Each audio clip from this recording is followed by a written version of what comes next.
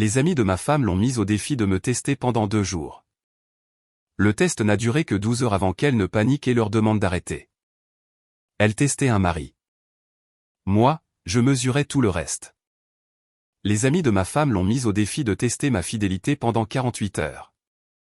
Et dès le lendemain matin, elle les suppliait d'arrêter. Mais elle ne testait pas un mari. Elle se testait elle-même. Laissez-moi vous expliquer comment 3 femmes ont appris de la manière la plus dure que lorsque vous mesurez quelqu'un d'autre, vous avez intérêt à espérer que vos propres chiffres tiennent la route. Tout a commencé un vendredi soir, fin avril. Chloé avait invité ses 3 amis de la salle de sport à dîner. Rien d'inhabituel à cela. Ce qui était inhabituel, c'était la façon dont elle n'arrêtait pas de chuchoter et de me lancer des regards tout au long du repas, comme des requins encerclant leur proie. Je m'appelle Julien Dubois, et mon métier est d'évaluer les risques. J'analyse des schémas, j'identifie des menaces et je prédis des résultats pour des entreprises du CAC 40. C'est ce que je fais. Alors, quand ces 3 femmes se sont assises à ma table de salle à manger, vibrant pratiquement d'excitation à propos du complot qu'elles avaient manigancé, j'ai su que quelque chose se préparait. Carole Bernard était la meneuse. 41 ans, divorcée 2 fois, actuellement avec son mari numéro 3. Elle avait cette suffisance particulière qui vient de quelqu'un qui pense avoir compris tous les schémas de la vie. À côté d'elle était assise Diane Fournier, 39 ans, l'énergie nerveuse personnifiée, vérifiant constamment son téléphone comme si elle attendait une mauvaise nouvelle. Et puis Mélissa Martin, 34 ans, célibataire après un divorce amer il y a 2 ans, avec cette pointe de cynisme dans la voix qui suggérait qu'elle avait renoncé au bonheur quelque part en chemin. Ce n'étaient pas les amis d'université ou les copines d'enfance de Chloé. C'étaient des ajouts plus récents dans sa vie. Des femmes qu'elle avait rencontrées à la salle de sport au cours des 3 derniers mois. Des femmes qui semblaient se nourrir de drames et du malheur des autres. Après le dîner, alors que je chargeais le lave-vaisselle, j'ai entendu des pas derrière moi. Je me suis retourné pour trouver les 4 femmes debout là, avec des expressions allant du nerveux au suffisant. Chloé avait l'air mal à l'aise, mais ses amis avaient l'air d'être sur le point de gagner au loto. Nous devons discuter de quelque chose d'important concernant votre mariage, annonça Carole en croisant les bras. Je me suis séché les mains lentement, me donnant le temps de digérer l'information. Je vous écoute. Nous nous inquiétons pour Chloé, a-t-elle poursuivi. Nous avons vu trop de femmes bien mariées à des hommes qui les trompent, alors nous avons proposé un petit test. Chloé s'est agitée, mal à l'aise, à côté de ses amis. Elle pense que nous devrions tester ta loyauté pendant 48 heures. À partir de ce soir. Je les ai regardées attentivement, une par une. La reconnaissance des schémas est ma spécialité. Le langage corporel de Carole criait la projection. L'anxiété de Diane était presque palpable. L'attitude défensive de Mélissa suggérait qu'elle protégeait quelque chose. Un test de loyauté, ai-je répété d'un ton neutre. Et en quoi consiste exactement ce test? Diane s'est avancée. Nous allons vous mettre dans des situations où la plupart des hommes échoueraient. Des femmes séduisantes, des opportunités, des tentations. Des scénarios du monde réel. Et si je réussis, ai-je demandé. Mélissa a eu un sourire narquois. Alors Chloé saura qu'elle a épousé un homme bien. Bien que je doute de ce résultat. Je voyais que Chloé voulait se cacher sous la table. Elle me connaissait assez bien pour reconnaître les signes avant-coureurs quand je commençais à m'irriter, la légère tension dans ma mâchoire, la façon dont je me tenais parfaitement immobile. Mais ses amis étaient trop occupés à se féliciter de leur brillant plan pour le remarquer. Voici ce qui va se passer, ai-je dit, ma voix calme et mesurée. Vous voulez me tester? Très bien. Mais comprenez ceci, je n'échoue pas au test. Je n'ai jamais échoué à un test de ma vie, et je ne vais pas commencer maintenant. La confiance dans ma voix a semblé les prendre au dépourvu. Elles s'attendaient clairement à ce que je proteste, que je discute, peut-être même que je refuse catégoriquement. Nous verrons bien, a dit Carole, bien qu'elle ne paraisse plus aussi assurée qu'auparavant. Oui, vous verrez, ai-je répondu. Mais laissez-moi être parfaitement clair sur une chose. Si vous testez ma loyauté, alors j'évalue aussi la vôtre. Votre loyauté envers vos propres mariages, votre loyauté en tant qu'ami, votre loyauté envers la décence la plus élémentaire. La pièce est devenue silencieuse rapidement. Chloé me regardait avec de grands yeux, se demandant probablement où cela allait mener. Ses amis échangeaient des regards, réalisant soudain qu'elles avaient peut-être eu les yeux plus gros que le ventre. « Qu'est-ce que cela est censé signifier ?» a demandé Carole. « Cela signifie que si vous voulez me mettre sous un microscope, vous feriez mieux de vous assurer que vos propres vies peuvent supporter le même examen. Parce que croyez-moi, mesdames, je suis attentif. Je vois des choses. Et si nous parlons de loyauté et de fidélité, j'ai laissé cela en suspens un instant.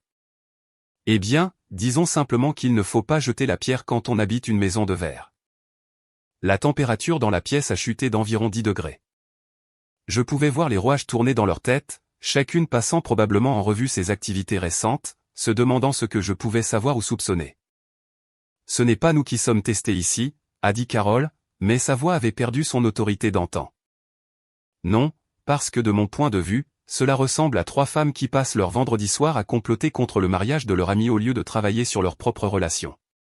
Cela me dit tout ce que j'ai besoin de savoir sur vos priorités. » Chloé a finalement retrouvé sa voix.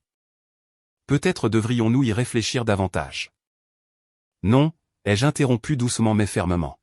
« Elles veulent leur test. Elles l'auront. 48 heures, à partir de maintenant. Mais voici ce sur quoi elles n'avaient pas compté. Je ne suis pas un mari peu sûr de lui qui va paniquer sous la pression. Je ne vais pas échouer. Je ne vais pas craquer. Et je ne vais certainement pas vous donner la satisfaction de prouver le point que vous pensez vouloir prouver. Je me suis approché de l'endroit où elles se tenaient et j'ai regardé chacune d'entre elles droit dans les yeux. Ce que je vais faire, c'est vous montrer exactement à quoi ressemble un mari loyal. Et plus important encore, je vais vous montrer ce qui arrive quand on s'en prend au mariage du mauvais homme. La suffisance avait complètement disparu de leur visage. Elles étaient venues ici en s'attendant à me démasquer comme un tricheur, à sauver leur ami d'un mauvais mariage. Au lieu de cela, elles se tenaient dans ma cuisine, réalisant qu'elles venaient de défier quelqu'un qui avait plusieurs coups d'avance sur elles. Le compte à rebours commence maintenant, ai-je dit en regardant ma montre. 48 heures. Ne me décevez pas, mesdames. J'ai de grandes attentes pour cette petite expérience que vous avez montée. Alors qu'elles sortaient de ma cuisine, je pouvais les entendre chuchoter frénétiquement entre elles. Bien. Laissez-les s'inquiéter. Laissez-les remettre en question leur plan. Parce que ce qu'elles ne savaient pas encore, c'est que je les observais depuis des mois, collectant des informations, comprenant leur schéma. Elles voulaient me tester. Parfait. Mais elles étaient sur le point d'apprendre que lorsqu'on teste un homme qui a toujours 3 coups d'avance, il vaut mieux être préparé aux conséquences. Après que la porte se soit refermée derrière elle, Chloé s'est tournée vers moi. « Qu'est-ce que tu voulais dire ? Tu les as observées ? » Exactement ce que j'ai dit. J'ai pris sa main. Ces femmes sont apparues dans ta vie il y a 3 mois. Soudainement, tout en même temps, tout avec les mêmes plaintes sur les hommes, sur les mariages, sur la vie. C'est un schéma. Et j'évalue les schémas pour vivre. Tu as enquêté sur mes amis ? J'ai enquêté sur des étrangères qui sont devenues très proches de ma femme très rapidement. De vieilles habitudes de travail. Je l'ai attiré contre moi. Et ce que j'ai trouvé m'inquiète beaucoup. Qu'est-ce que tu as trouvé ? Tu verras. Au cours des prochaines 48 heures, tu verras exactement qui sont vraiment tes amis. Chloé avait l'air inquiète. Julien, qu'est-ce que tu prévois de faire ? Rien. Je vais juste les laisser te montrer qui elles ont toujours été. Je lui ai embrassé le front. Fais-moi confiance sur ce coup. D'ici dimanche soir, tu sauras exactement qui sont tes vrais amis. Elle est allée se coucher, troublée, mais j'avais du travail. Je suis allé dans mon bureau à domicile et j'ai sorti 3 dossiers que j'avais constitués au cours des 3 derniers mois. Habitudes professionnelles. Quand de nouvelles personnes entrent dans la vie de ma femme et commencent à influencer ses décisions, je fais mes recherches. Le dossier de Carole était épais. Les registres de mariage montraient 2 divorces. Le second avait été compliqué. Des documents judiciaires révélaient que son ex-mari l'avait accusé d'avoir volé 23 000 € du compte de son entreprise. L'affaire avait été réglée, pas classée sans suite. Les documents du règlement montraient qu'elle avait remboursé 16 000 €. Puis il y avait les photos. Carole entrant dans un immeuble d'appartement à la Croix-Rousse à 6h15 du matin. Le même immeuble où vivait Jérémy Vidal. Jérémy Vidal, 29 ans, entraîneur personnel chez Fitness Park, la même salle de sport où Carole prétendait assister à des cours de cyclisme tôt le matin, sauf que les cours de cyclisme de la salle n'avaient lieu que les mardis et jeudis. Carole se rendait à l'immeuble de Jérémy les lundis, mercredis et vendredis. Le dossier de Diane racontait une autre histoire. Des archives judiciaires montraient un jugement contre elle d'un agent de recouvrement offshore, le genre qui travaille avec des sites de jeux en ligne. Les registres de propriété montraient qu'elle avait contracté une ligne de crédit sur valeur domiciliaire il y a 8 mois. L'assurance vie pour les études de sa fille, qui aurait dû contenir 30 000 € après 10 ans de contribution, affichait désormais un solde de 5 500 €, selon les déclarations financières dans l'affaire de recouvrement de créances. Les retraits correspondaient à la date du prêt. Je l'avais également observé 2 fois au casino Le Pharaon, les 2 fois en après-midi de semaine alors qu'elle avait dit à Chloé qu'elle était au travail. Le dossier de Mélissa était le plus préoccupant. Son médecin traitant, un certain docteur Raymond Hubert, était actuellement sous enquête du Conseil de l'Ordre des médecins du Rhône. Les archives publiques montraient qu'il lui avait prescrit du Xanax. Tout comme le docteur Lise Potier et le docteur Ahmed Khaled, 3 médecins différents, même médicament, même période. Son compte Lydia était public, et l'historique des transactions était révélateur, 127 paiements au cours de la dernière année, tous entre 40 et 60 €, tous provenant de personnes âgées de 19 à 24 ans, tous avec des descriptions vagues ou juste des émojis. Le schéma était clair. J'ai passé la nuit à tout organiser, à faire des copies, à préparer la documentation. À 6 heures du matin, j'avais 3 dossiers complets avec des copies de sauvegarde. Chaque information provenait de registres publics, de documents judiciaires ou d'observations directes. Tout était légal, tout était vérifiable. J'ai dormi 1 heure et pris une douche rapide. À 7 heures, mon téléphone a vibré. Numéro inconnu. L'équerre sur l'avenue des Brotteaux. 8h30 vient seul. J'ai souri. Que les jeux commencent. Chloé dormait encore quand je me suis habillé. Je lui ai laissé un mot. Premier défi. De retour bientôt. Je t'aime. L'équerre sur l'avenue des Brotteaux est un restaurant chic du centre-ville de Lyon. Un bel endroit pour un brunch. C'est aussi l'endroit idéal pour un piège de séduction si vous manquez d'imagination et êtes désespéré. Je suis arrivé à 8h30 en avance. Habitude professionnelle. Je me suis garé de l'autre côté de la rue, d'où j'avais une vue dégagée sur l'entrée. À 8h15, Carole est arrivée. À 8h20, une jeune femme blonde est apparue. Elles se sont rencontrées près de l'entrée. J'ai pris des photos pendant que de l'argent changeait de main, 200 € en espèces. Elles ont parlé pendant 5 minutes, Carole faisant des gestes, la femme hochant la tête. Du travail d'amateur. À 8h25, elles se sont séparées. La blonde est entrée et s'est positionnée au bar. Carole a pris une banquette d'angle avec une vue dégagée sur le bar. Elle a sorti son téléphone, appareil photo prêt. J'ai attendu jusqu'à 8h30 précise, puis je suis entré. Mais au lieu d'aller au bar, j'ai marché directement vers la banquette de Carole et je me suis assis en face d'elle. Elle a failli s'étouffer avec son café. Vraiment, ai-je dit. C'est votre premier coup? Un piège de séduction à 8h30 du matin? Je suis honnêtement déçu.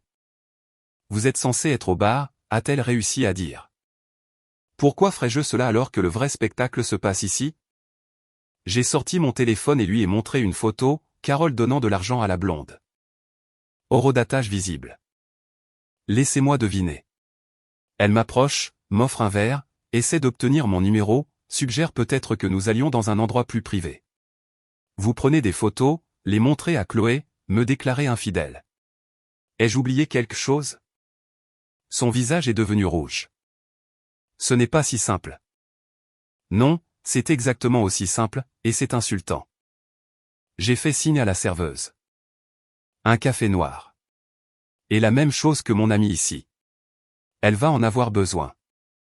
La blonde au bar n'arrêtait pas de jeter des coups d'œil, clairement confuse de voir sa cible assise avec la femme qui l'avait engagée au lieu de mordre à l'hameçon. Vous savez quel est votre problème, ai-je continué. Vous pensez comme quelqu'un qui trompe. Vous supposez que tout le monde fonctionne comme vous. Mais pas moi. Je ne trompe personne, a-t-elle lâché. C'est ça. Dites-moi, Comment va Jérémy? La couleur a quitté son visage si vite que j'ai cru qu'elle allait s'évanouir. Comment avez-vous, Jérémy Vidal, votre entraîneur personnel? Il vit rue du Mange à la Croix-Rousse.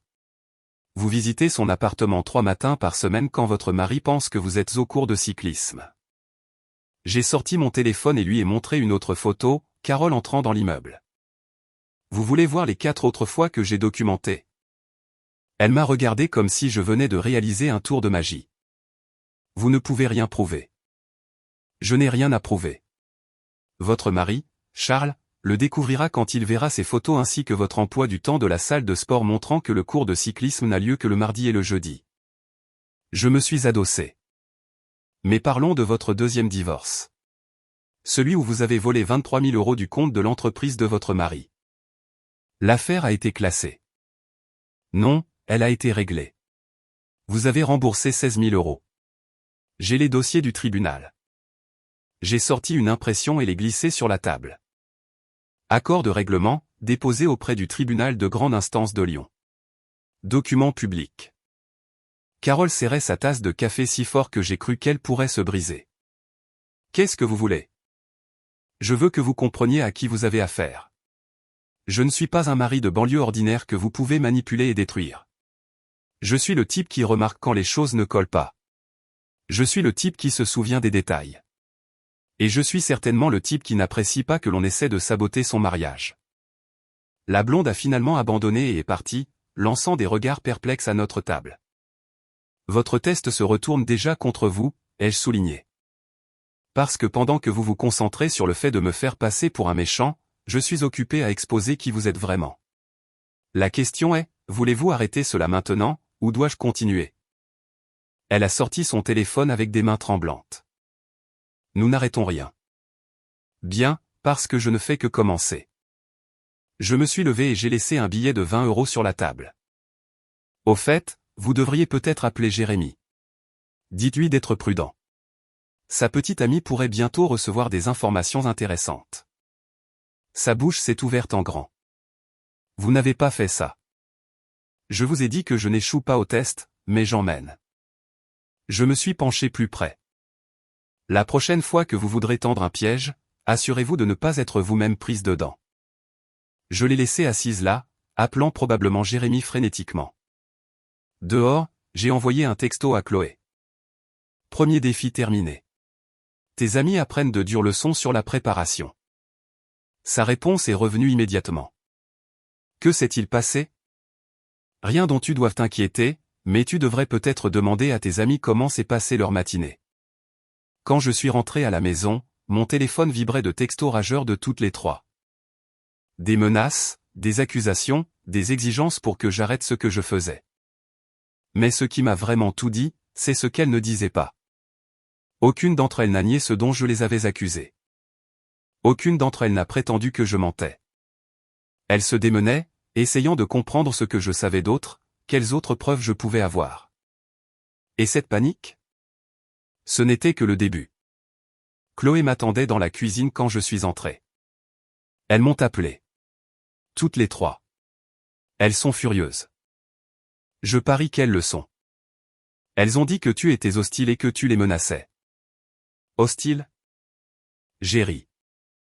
Je n'ai même pas encore commencé à être hostile. Pour l'instant, je suis juste minutieux. Qu'est-ce que ça veut dire? Ça veut dire que tes amis ont cherché la bagarre avec quelqu'un qui sait vraiment se battre, et elles réalisent qu'elles ne font pas le poids. Je lui ai montré les photos de ce matin. Voici ce qu'elles ont essayé de faire. Chloé a regardé les images de Carole payant la femme, la mise en scène. Son visage est devenu pâle. Julien, je veux que ça s'arrête. Je les ai appelés. Je leur ai dit de mettre fin à ce test. C'est allé trop loin. Qu'est-ce qu'elles ont dit? Carole a dit non. Elle a dit qu'elle ne faisait que commencer. Elle a dit que c'est toi qui dois être démasqué.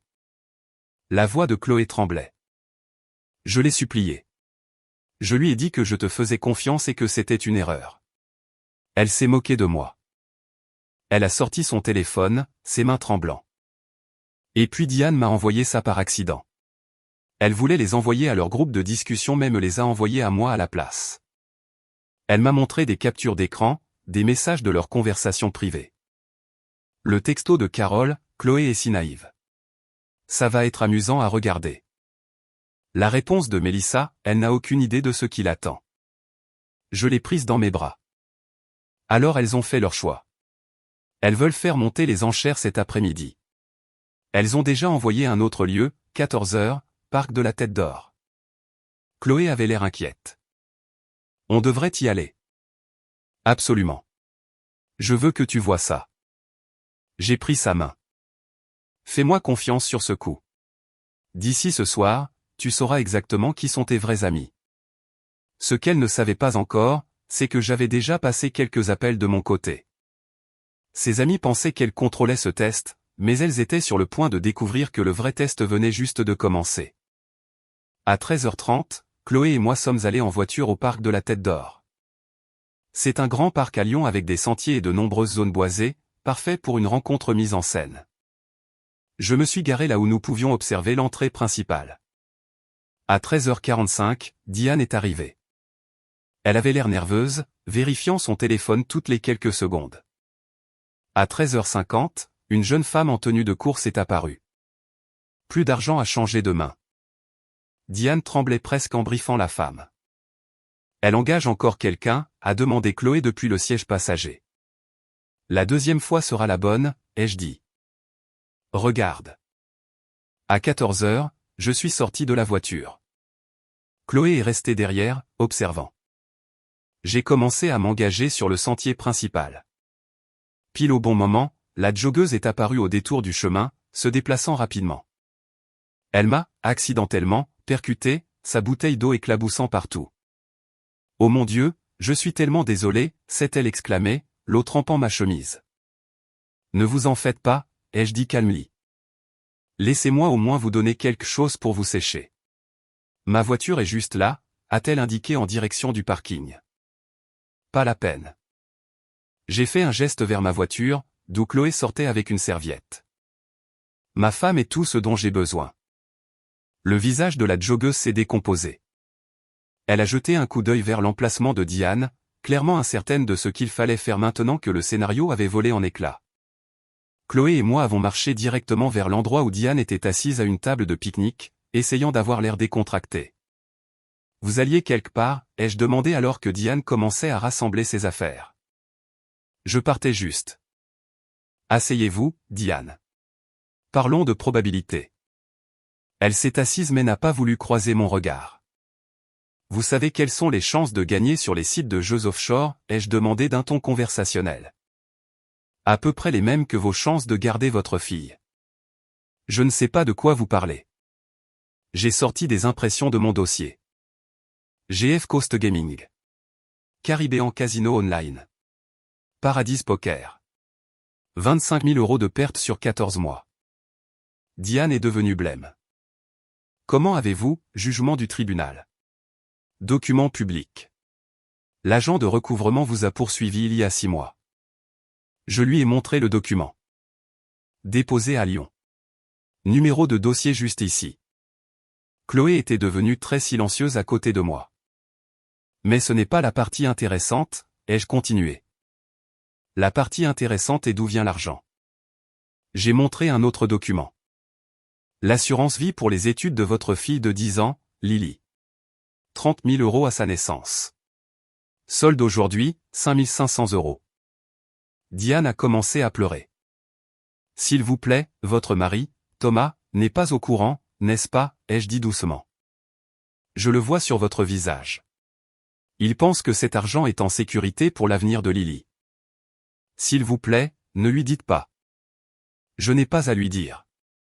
Vos sites de jeux le feront. Ils ont été assignés à comparaître pour la communication de pièces dans l'affaire de recouvrement de créances. Ces dossiers deviendront publics la semaine prochaine. La voix de Chloé était basse mais ferme. Diane, tu as dépensé l'argent des études de ta fille. Diane sanglotait maintenant. C'est une addiction. Je ne pouvais pas m'arrêter. Je n'arrêtais pas de penser que j'allais le récupérer. Alors, faites-vous aider, ai-je dit. Mais ne projetez pas vos échecs sur les mariages des autres. Vous vouliez tester mon intégrité alors que vous mentez à votre mari depuis plus d'1 an. Vous avez volé l'avenir de votre fille, et vous pensiez avoir l'autorité morale pour me juger. La main de Chloé a trouvé la mienne. Allons-y. Alors que nous nous éloignons, le bras de Chloé s'est lié au mien la première fois depuis le début de toute cette histoire qu'elle montrait physiquement qu'elle était de mon côté. Dans la voiture, elle est restée silencieuse un long moment. Puis, comment as-tu trouvé tout ça? Archives judiciaires. Les registres publics. Je fais ce genre de recherche pour le travail tout le temps. Ce sont des informations publiques. Et pour Mélissa? C'est la pire des trois, ai-je dit. Et elles n'ont pas encore fini. Pile au bon moment, mon téléphone a vibré. C'était Carole. Vous avez marqué votre point. Mettons fin à cela. J'ai montré le texto à Chloé, puis j'ai répondu « non ». Vous avez dit 48 heures. Nous en sommes à 19. Je ne fais que commencer. À 18 heures ce soir-là, un autre texto est arrivé. Cette fois, c'était un message de groupe à Chloé et à moi. Le bouchon des Templiers. 19 heures tous les 4. Pour en finir. Elles veulent une réunion, a dit Chloé. Bien. Il est temps d'en finir. J'ai sorti mon ordinateur portable et j'ai commencé à imprimer des documents. Préparatifs finaux. Chloé m'a regardé faire. Qu'est-ce que tu vas faire? Leur donner une dernière chance de se retirer. Et si elles ne le font pas, alors je leur montrerai à quoi ressemblent de vraies conséquences. À 18h45, nous sommes allés en voiture au centre-ville, au Bouchon des Templiers, un restaurant traditionnel dans le Palais de la Bourse. L'endroit est historique, imposant l'endroit parfait pour une confrontation finale. Carole, Diane et Mélissa étaient déjà assises à une table au fond quand nous sommes arrivés. Toutes les trois avaient l'air d'avoir traversé un enfer. Les yeux de Carole étaient rouges d'avoir pleuré. Diane tremblait. Mélissa avait l'air en colère mais effrayée. Chloé et moi nous sommes assis en face d'elle. Front uni. Il faut que ça s'arrête, a dit Carole immédiatement. Vous avez prouvé ce que vous aviez à prouver. Non, ai-je répondu calmement. J'ai prouvé ce que j'avais à prouver. Vous n'avez rien prouvé à mon sujet. Mélissa s'est penchée en avant.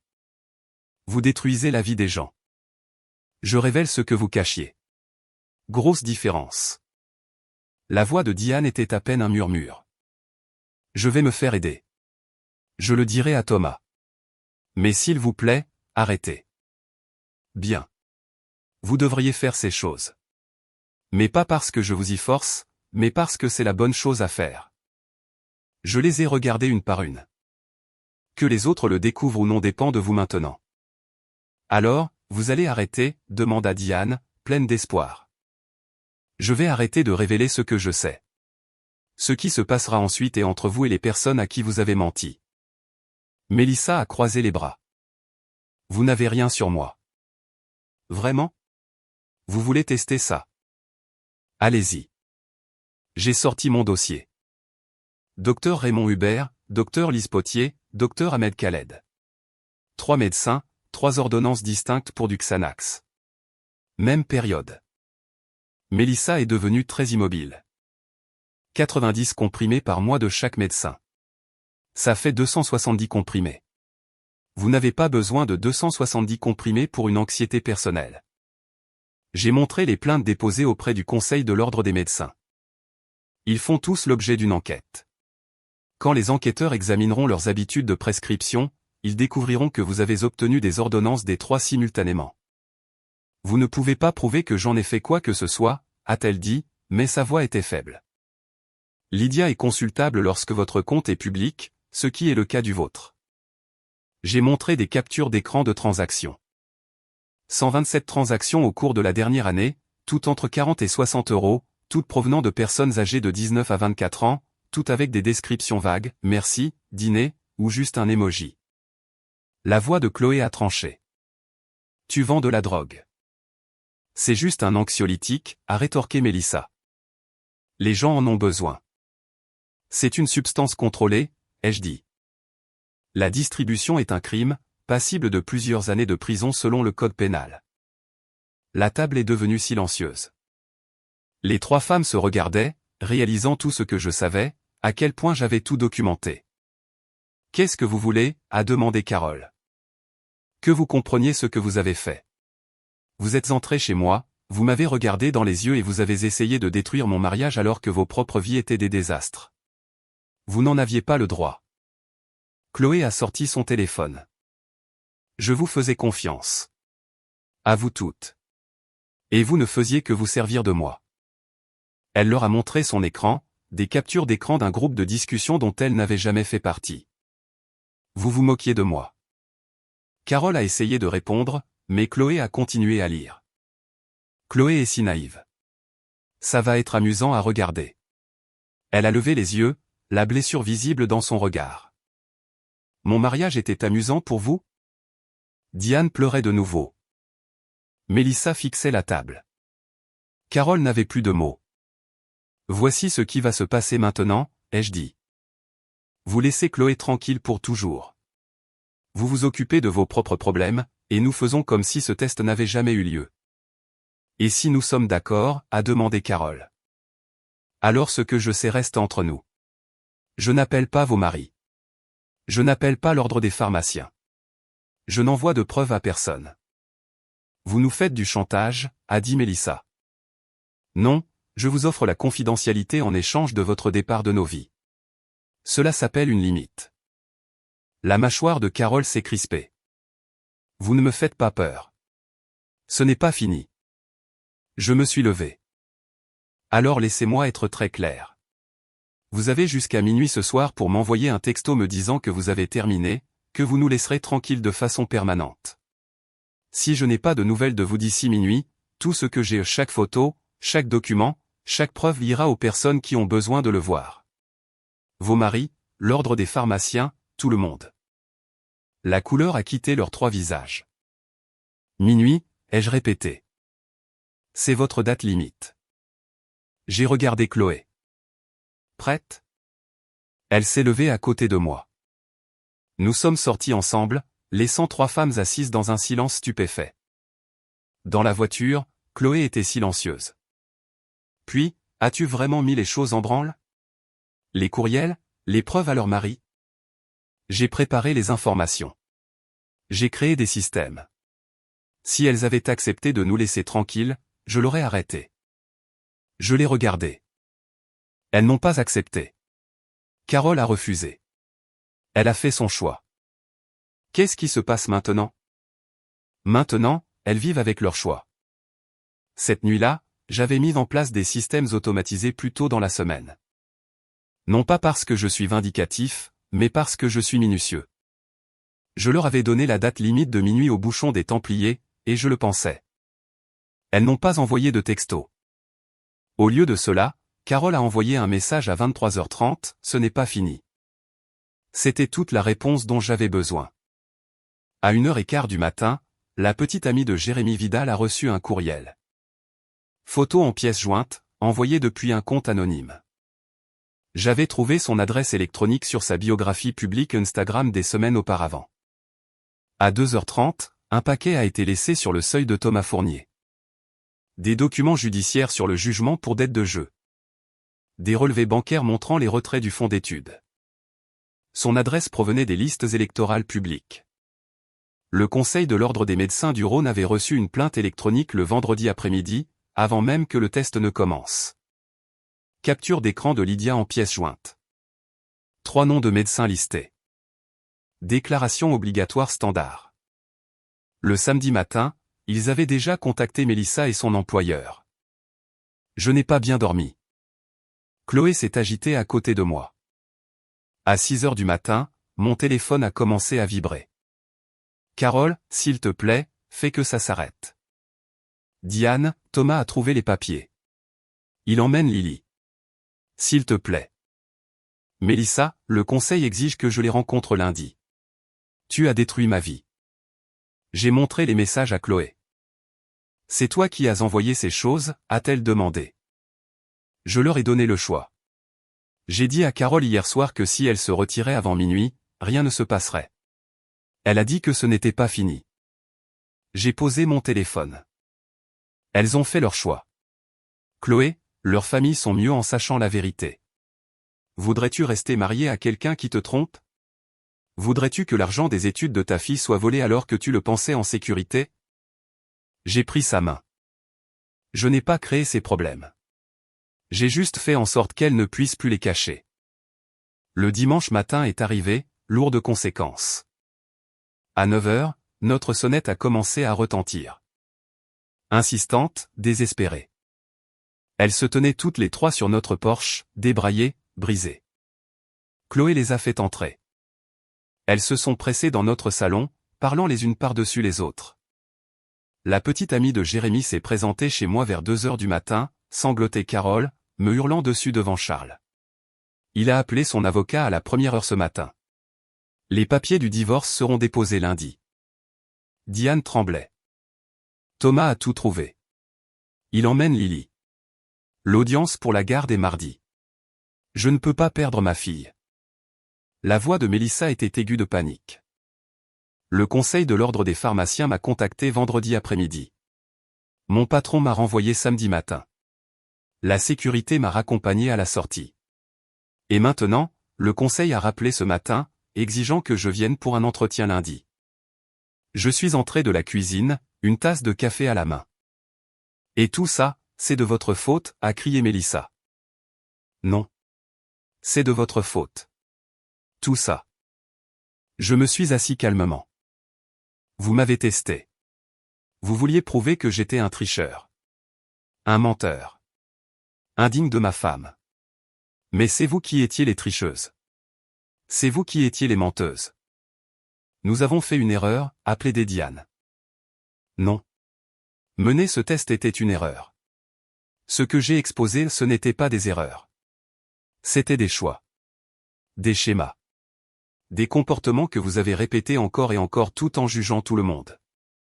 La voix de Chloé était ferme. Vous étiez censés être mes amis. Nous essayons de te protéger, a insisté Carole.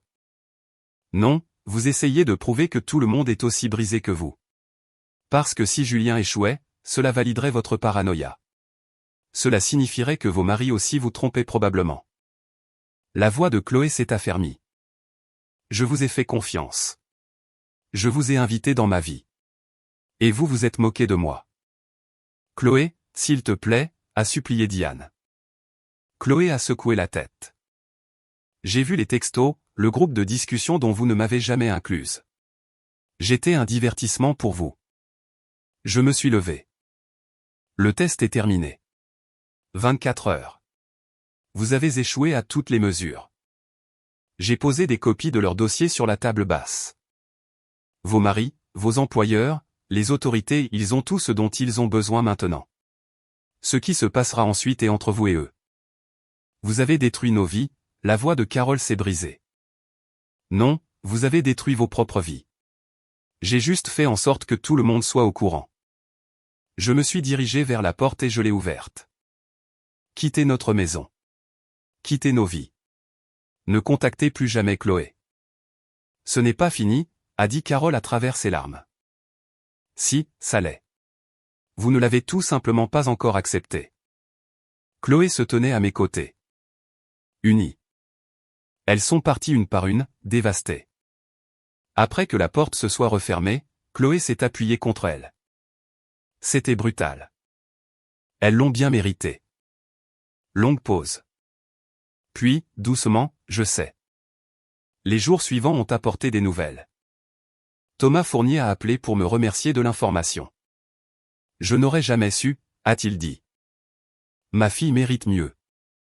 La petite amie de Jérémy Vidal a envoyé un texto, merci. J'avais besoin de savoir. L'histoire de la pharmacie de Mélissa a fait les nouvelles locales, un petit article sur les enquêtes de détournement de médicaments sur ordonnance. Chloé a bloqué 14 numéros différents alors que Carole continuait d'essayer de la joindre depuis de nouveaux téléphones. 2 semaines plus tard, Chloé et moi sommes allés déjeuner à l'équerre sur l'avenue des Brotteaux, le même endroit où Carole avait tendu son premier piège. Nous nous sommes assis à la même table où je l'avais confrontée. C'est différent maintenant, a dit Chloé. Même endroit, contexte différent. J'ai tendu la main sur la table et j'ai pris la sienne. Pas de drame, pas de test. Juste nous. Tu regrettes quoi que ce soit? Non. Et toi? Je regrette de les avoir laissés entrer dans nos vies au départ, elle a serré ma main, mais pas ce qui s'est passé après. Il fallait les arrêter. Et elles l'ont été. Alors, qu'est-ce qu'on a appris de tout ça? J'ai souri. Que mesurer quelqu'un d'autre est facile. Se mesurer à soi-même est difficile. C'est froid. C'est exact. Elle a ri. Un vrai rire, le premier depuis des semaines. Fini les amis de la salle de sport, a-t-elle dit. Fini les amis qui se nourrissent de drames, ai-je corrigé. Mais de bonnes amies, le bon genre d'amis et celles-là sont toujours les bienvenus. Comment saurais-je faire la différence? Fais-moi confiance, ai-je dit. Après ce que nous venons de traverser, tu le sauras. 3 mois plus tard, la vie était revenue à la normale mieux que la normale. Le divorce de Carole était finalisé. Elle avait perdu la plupart de ses biens dans le règlement. Aux dernières nouvelles, elle travaillait dans la vente au détail et vivait dans un appartement. Diane avait la garde de Lily le week-end. Elle participait aux joueurs anonymes, recevant vraiment de l'aide. Thomas a rapporté qu'elle faisait des progrès, essayant de reconstruire la confiance. Le fonds d'études avait été renfloué grâce à la vente de leur maison. Mélissa avait accepté un plaidé coupable, probation, service communautaire, sa licence d'hygiéniste dentaire révoquée de façon permanente. Elle travaillait dans un centre d'appel. Le docteur Hubert et les autres avaient également été inculpés. Chloé avait de nouvelles amies maintenant, de son travail. Correctement vérifié. Pas de drame, pas de jeu, pas de comportement toxique. Et moi? Je faisais toujours des vérifications d'antécédents sur toutes les nouvelles personnes dans nos vies. Habitude professionnelle. Chloé ne s'en souciait plus. Elle comprenait. Nous planifions un voyage pour célébrer notre anniversaire, 8 ans de mariage, plus fort que jamais. Chloé en a parlé un soir pendant que nous préparions le dîner. Elle testait un mari pendant 48 heures. C'est vrai, ai-je acquiescé. Mais dès le lendemain matin, je les suppliais déjà d'arrêter, après avoir vu ce qu'elles ont essayé de faire avec Carole dans ce restaurant. Tu l'as fait, et elles ont refusé. Elle a souri. Parce que tu n'étais pas seulement testé. Tu les mesurais. Je mesure le risque pour vivre, ai-je dit. C'est ce que je fais. Et elle n'était pas à la hauteur.